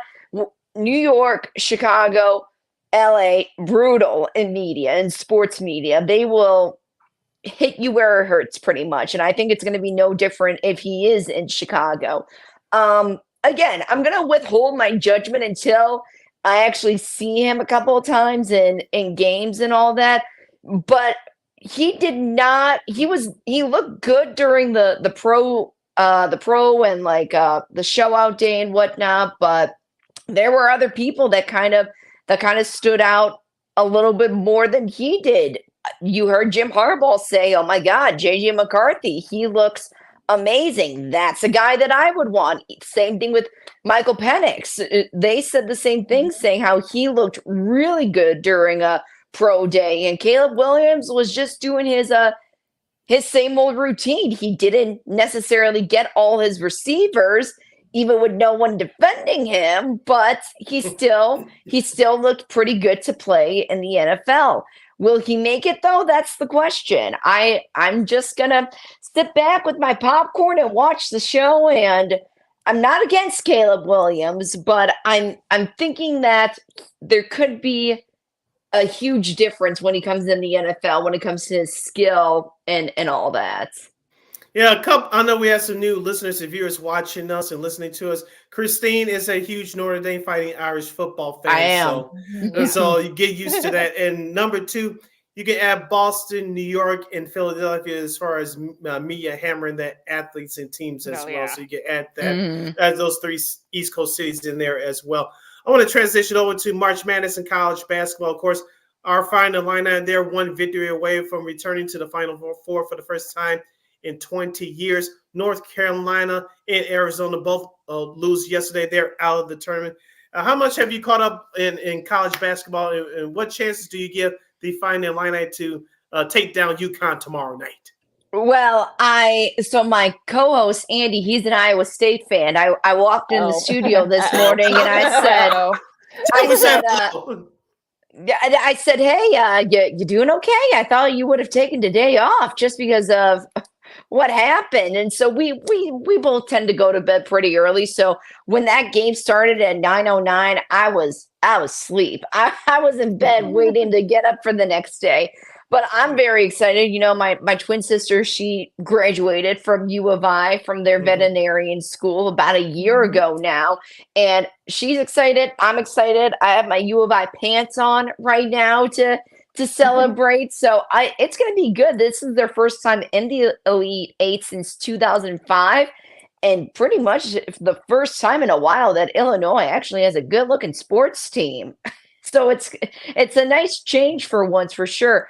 With UConn, I don't know. That's definitely going to be a test. That's going to be the championship for sure. Who's going to be the one standing out? And anything can happen. It's March Madness. We saw that when Alabama defeated North Carolina last night. I actually picked Alabama to beat North Carolina, so I was pretty happy about that. I did. Good for you. But my dad, he actually picked Illinois and Alabama, one of the few. So his bracket's looking pretty good right now. Oh, I know he was glad, especially with that Alabama. He's very happy. Yes. The Alabama upset. Now, what about on the women's side? I know there's a game going on. I know, I see Oregon State up early against Notre Dame. Why they're playing right now, I have no idea. But of course, you've got South Carolina against IU in that same region. Stanford and NC.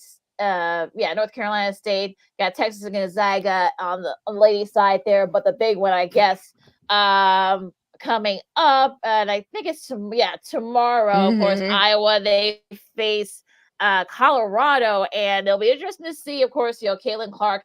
I think they should have lost against West Virginia, but I digress. But what do you think? Do you think Colorado come off the upset against Caitlin Clark and the Hawkeyes?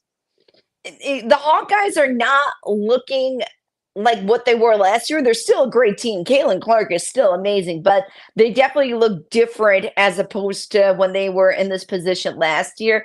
But everybody wants to see LSU and Iowa play again. That's the goal in everybody's mind. You may not be rooting against LSU in the long run, but they're definitely going to be rooting for them when they play UCLA tomorrow, and then Iowa follows that game against Colorado. So it should be interesting. Iowa, I believe, is number 1, and Colorado seated at number 5.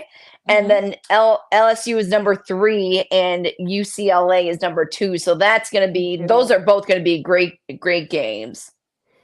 We didn't talk about this on our show on Monday, Lakina, because we ran out of time, but LSU's head coach, Kim Mularkey, has some comments for the Washington Post.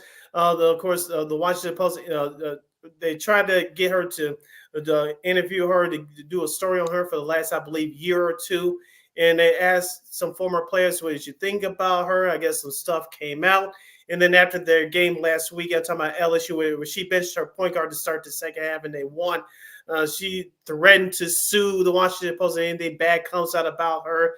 I just figure, I get on one hand, you're trying to protect your players, but on the other hand, you tipped your hand And I was like, you better hold out what the Washington Post does now. If they do something down the line, then you go after them. But I thought she showed her hand too early, in my opinion. I think definitely because look, the average college basketball fan, particularly for women's, they didn't know what she was talking about because the Washington Post hasn't put out any leads or any teases about the story coming out about Coach Kim. So if anything, she's causing more attention towards this potential story than what it actually is going to be. No matter if you like her or not, she's one of the greatest. She's one of the greatest to ever be a part of women's basketball for college. And her record proves that, again, whether you like her or not. But I am interested to see what this story is because I heard a couple of rumors about what it could be. But it must be something pretty damaging, more so to her reputation, if she already put out a statement and or a legal action threat towards it. Yeah, I think you're right about that, Christine. And look, I remember Kim Mulkey when she had the pigtails. She was at La Tech. They won a national championship back in the early '80s. And yeah, I've heard the same. I think you and I have heard the same things, Christine. So especially over the years, we won't get into it. Google's your friend, folks. But it'll be interesting when it comes out. I know it's supposed to come out, I guess, on Monday, and it's still nothing has happened yet. So we'll see if this could come distracting. But yeah, not a good look if she's trying to get in front of it. I'm all, that's if you want to do that, but you're drawing, like you said, you're drawing more attention when you do go hard. So I would say just wait and see. Yeah, but that's just. I'm guessing if they I was gonna say, I'm guessing if they beat UCLA tomorrow, I'm guessing that article will probably come out before the Iowa game. Probably. Yeah, you might be right about that. We'll see what happens there. This is I can see Sports on Sports. Chicago, Keena McGee, Cindy Brown, and our girl KXRB's Christine Manika. The Bears, as the stadium turns, I guess we're gonna call it here. The hourglass, I think. yeah, probably a better analogy for that. But apparently, I guess that now Kevin Warren is focusing on the lakefront side of Soldier Field to build a stadium around there. So we've been talking about this for the last couple of weeks, Sid. I know you haven't had a chance to ask you about it, Christine. What do you think? I still think they should just stay where they are and just keep it Soldier Field. It's one of the most iconic venues, not just in the NFL, but in sports in general. And it's such a staple for the city of Chicago. I get his reasoning. He wants to do an enclosed stadium, which is going to welcome college sports championships, the Super Bowl, to even go to Chicago and make it their home base for these types of big games. But it's not Chicago football without the elements. And I think he said it's going to be a retractable roof. I could be wrong about that, what they're thinking. But again, it's not Chicago sports without really embracing the elements. Look at the White Sox opener yesterday. It was 52 degrees, and that's considered warm for this time of the year, So right. I still think that they should just stick to what they know and stick to it being Soldier Field. But I am open to the idea of having the Super Bowl, college championships, all that stuff come to Chicago too and make that a big possibility. Yeah, that's the only reason why it'll be in a closed stadium, not a retractable roof. But Lakina, I've been saying this all along. I'll say it here. Arlington Heights is not out of the question. And the reason why I say that is because the Bears are playing leverage here, by the way, between the city and Arlington Heights. Business-wise, it makes sense for them to move on to Arlington Heights because they have all their land, thanks to their Arlington racetrack no longer being there and the Bears purchasing their land. They'll get more of the parking, not just the spaces, but you get all that revenue with the people coming in for the stadiums, like Christine mentioned, with all the other events as well. Because right now in the city of Chicago, the Park District owns that, and the Bears do not get nothing, zero in terms of the dollars. They don't get anything on the parking or anything else.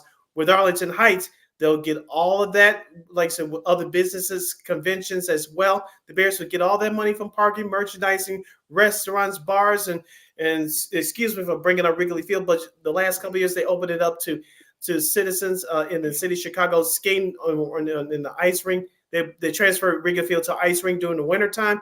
You don't think they're going to do that at the new Bears Stadium, especially if they move to Arlington Heights? There's more money in the McCaskey's pocket. But this sounds like similar to what happened over in Minnesota when Kevin Warren was a president over there with the Vikings. I mean, they had some land that just outside the Twin Cities, but they ended up building the stadium not too far from where the old Metrodome was, about 7 miles away. So I think it's all about proximity. It's all about trying to kind of keep it going and such. So look, is our Heights out of the woods? Probably not, but I think if I have to put a guess on who has the edge at this point, I think it's definitely going to be downtown because they want to keep it in the city. They want to try to, make it easier for people to get there and, parking. They got to figure all that out. So we'll see. It'll be interesting what happens. But I think, tune in next time for the As the Bears Stadium World Turns. Tune in. Shout out to the former Sox GM, Rick Hahn. I know we're running up against it, Christine. I want to get your thoughts. Another story that's come out this week, of course, is HBO's Hard Knocks. They'll pick a team, I think, after the draft. But George McCaskey, chairman of the board for the Bears, he said that he does not want any part of it. Me personally, I'm rooting for it because all the storylines are there for the Bears. They're looking for a new stadium. They'll presumably have a new quarterback in Caleb Williams with that number 1 pick. They'll have a coach that's on the hot seat, Matt Eberflus, going into year number 3. What's your thoughts on the Bears? Do you want the Bears on Hard Knocks this year, or do you want to see another team? I think they would be a good candidate just because, they have all the elements that Hard Knocks would want on this type of show, especially potentially getting Caleb Williams on there too. That would be another good storyline. So if it's not the Bears, I can honestly see the 49ers getting on there. That could be a good one to check out, or even Kansas City. Both of those teams, you have the dynasty in the Chiefs, but then you also have the 49ers with all the talent able to get to the Super Bowl, but never quite finish. So that's another good storyline there too. But I think the qualifications for Hard Knocks is you have to not make the playoffs for the previous 2 seasons, and the Bears obviously qualified for that. Well, So the Bears have never been on Hard Knocks. Neither has the Packers. Well, we won't see the Packers because they made the playoffs last year. Right. And so we never seen the New York Football Giants nor Philadelphia. We never seen Pittsburgh on there either. Nope. There you go. Well, so, like I said, Pittsburgh will be the next one if the Bears say no. Of course, the Bears said no, but I want the Bears personally. But if they don't go with the Bears, like I said, Pittsburgh probably be the other choice because you have Justin Fields and, of course, Russell Wilson now, the new quarterback. So that's going to be an interesting storyline if they pick the Steelers there. And plus, I think Mike Tomlin's entering the last year of his contract as well. So that's another storyline that's going to be interesting there too. Yeah, I remember too. Baltimore. They had Hard Knocks years ago, so I think that's going to be the key. And of course, I think George McCaskey already said that he doesn't want to do it. So the NFL forces them to do it; that he has no choice but to do it. Right. But I'm sure he's going to maneuver something and say, hey, Pittsburgh, hey, who else could do it? Maybe I'm trying to think who else could do it. So we mentioned the Giants, the New York Giants. Oh, why? I don't know. I don't know if Dabo wants to do that, but I would say the now Las Vegas Raiders. Right.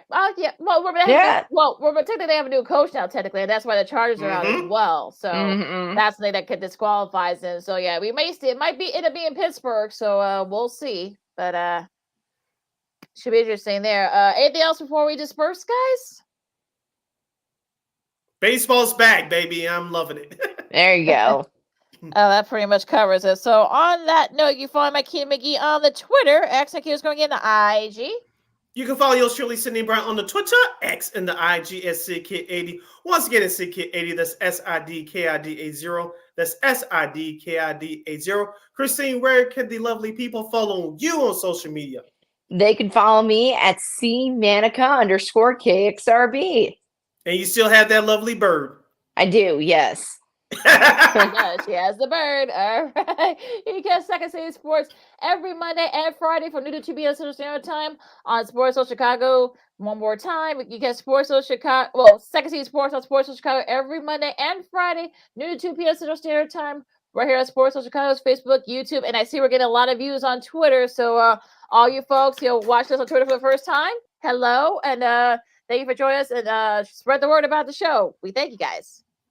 Please subscribe to our podcast at War Media Podcast. That's WARR Media, PODCASTS. We are on all podcast platforms, including the iHeartRadio app. As Lakina mentioned, please follow Sports on Chicago on all social media platforms, on Facebook, Twitter, X, Instagram, and YouTube. And the same thing with War Media at WARR Media on all social media platforms. And thank you very much in advance for your support. Like, share, subscribe, and tell your friends. And don't forget, you can catch Sports on Chicago 24 hours a day, 7 days a week, 365 days a year, live and on demand on Roku TV. You can catch, just go to your Play Store, whatever you got, whether it's Google, Apple, what have you. We've got Roku. Type in Sports on Chicago, catch our show, Sean and Maya, the Smoke Fellows, What's Up Cousins, so much other content. It's all right there for you. Yes, and we will provide. All right, have a safe and happy and dry. I know it's going to be raining on Sunday on some parts of the country. Easter on Sunday. Be safe and enjoy the basketball, the baseball, golf, and all that stuff. And just be good to each other. This has been Second City Sports on Sports of Chicago. For Sid and Christine, I'm Lakina, and we'll see you guys next week. Go Illini, holla!